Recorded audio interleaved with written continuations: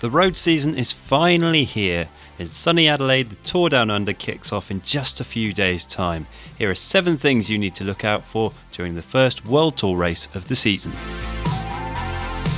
Peter Sagan made his World Tour debut at this very race back in 2010. 7 years and 2 World Championships later, and the Slovak will be one of the main attractions of the Tour Down Under, with plenty of opportunities to notch an early win for his new team, Bora Hansgrohe. Speaking of which, one of the best things about the Tour Down Under is that it's the first chance to see all the World Tour teams racing in their new kits, and there are plenty of them this year. It's a chance for new riders to make an early impression and see who is looking good for the season to come. Orica-Scott are the only Australian registered team in the World Tour, and it's no secret that they will be targeting the Ochre Leaders jersey and as many stages as possible on home soil. It'll be interesting to see how they balance the interests of their star-laden squad. Simon Gerrans and Grand Tour protégé Esteban Chavez both in the lineup. Their sprinter Caleb Ewan will also want to call on team support for the flatter stages. It'll be a delicate balancing act for sports director Matt White next week.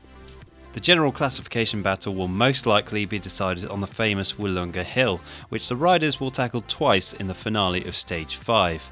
The 3-kilometre climb, which averages 7%, is often where we see a thrilling battle for the ownership of the ochre jersey. Although Richie Porte has won this stage for the past 3 years running, he incredibly has never won the race overall. Could this finally be his year to take all the glory? 2017 marks the third iteration of the Santos Women's Tour, and it's quickly gaining worldwide notoriety, with the likes of Canyon Schramm, Wiggle High Five and Ali Cipollini making the trip down under for some early season racing. It will also be the first opportunity for Orica-Scott's Katrin Garfoot to show off the green and gold of national champion, and she'll be the woman to beat, having won this race last year.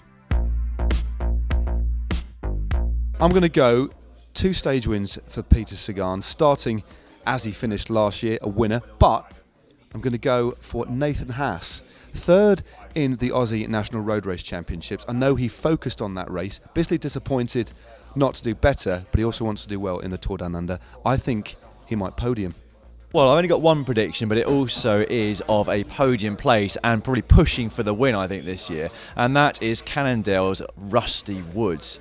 He's 30 years of age, not very well known, but he's a former runner turned cyclist. And last year was particularly impressive at this race, 5th overall. But on one of the climbs, one of the hardest climbs, he was the only person who was able to keep up with Sergio Henao. And I think he's well up for it this year.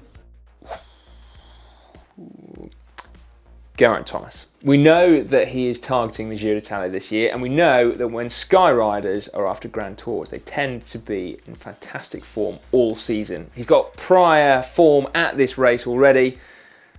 I think he might be in with a shot. Australia is famous for its unique wildlife, and really there's nothing better than seeing riders get to grips with a koala or a baby kangaroo for a start line photo opportunity. In fact, we look forward to it every January. Finally, don't forget you can catch up with all the action from Oz with our daily GCN race reports. We'll have a roundup of the People's Choice Classic on Sunday before Stage 1 begins in earnest on Tuesday the 17th. All that's left to do then is to click on the globe to subscribe for free to GCN. That way you'll never miss a single one of our videos. Meanwhile, if you'd like to catch up on last year's race, our 2016 Tour Down Under videos are right here.